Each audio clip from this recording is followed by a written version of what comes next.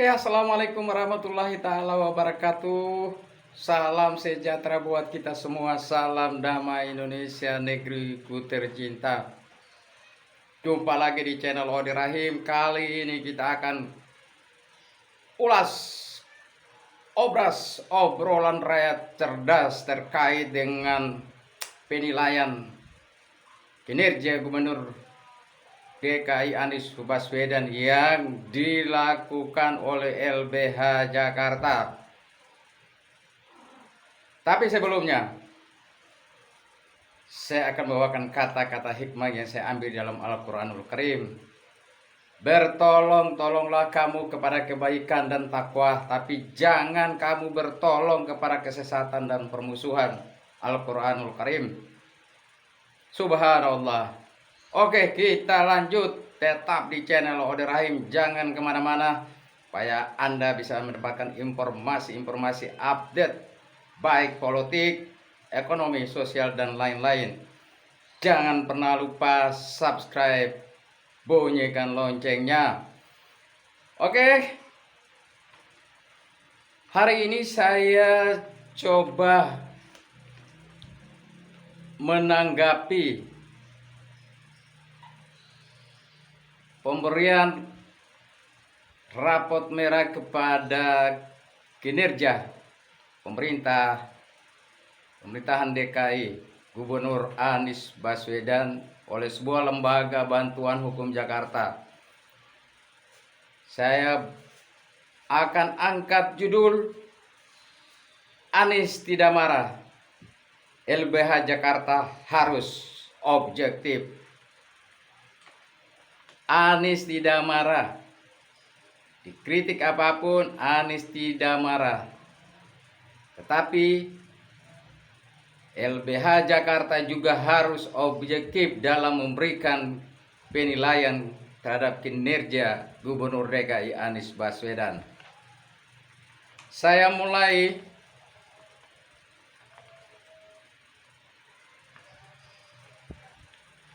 terkait dengan lembaga bantuan hukum. LBH Jakarta memberi rapot merah atas kinerja Anies Baswedan. Harus didukung oleh sebuah metode yang baik, dengan cara-cara yang baik, sehingga bisa mendapatkan hasil yang baik. Penilaian yang tidak didukung dengan fakta yang ada, bahkan cenderung tidak objektif untuk menilai kinerja seorang kepala daerah, karena tidak punya dasar-dasar penilaian yang cukup kuat. Menurut saya, harus fair dalam menilai kinerja kepala daerah. Jadi LBH Jakarta ini harus juga fair untuk menilai kinerja kepala daerah. Harus ada ukuran, harus ada standar-standar untuk memberikan penilaian, bukan hantam kromo yang saja tidak valid alias sembrono. Harus ada metode yang bisa memberikan penilaian yang objektif. LBH Jakarta adalah sebuah lembaga bantuan hukum yang sejarah kelahirannya fokus terhadap bantuan hukum kepada masyarakat yang terpinggirkan, masyarakat yang dimarginalkan, untuk mendapatkan keadilan. Jangan keluar dari garis-garis perjuangan. Independensi itu perlu. Saya tegaskan lagi kepada LBH Jakarta, independensi itu perlu. Karena semangat kelahiran LBH itu adalah independensi. Saya sangat menyayangkan independensi LBH Jakarta dalam memberikan penilaian terhadap kinerja Anies Baswedan yang tidak objektif. Masa kinerja Anies semuanya merah? Dari sini saja LBH Jakarta tidak objektif dan tidak punya nilai sama sekali. Catat, Odi Rahim bin Ali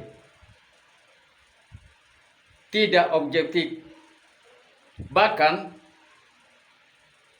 menurut saya, LBH Jakarta diduga ada pihak-pihak yang memboncengi sehingga memberikan penilaian yang tidak objektif kepada Gubernur Anies Baswedan. Catat itu. Nah, bagaimana sebuah penilaian rapot merah sementara Anies, kita lihat saja, rumah susun, banyak warga yang oleh Anies Baswedan ditempatkan di tempat rusun-rusun supaya mereka bisa hidup dengan baik, bisa punya kemanusiaan yang baik. Yang tadinya mereka hidup di pinggir-pinggir di kolong jembatan dipindahkan oleh Gubernur Anies Baswedan untuk ditempatkan di Rusunawa.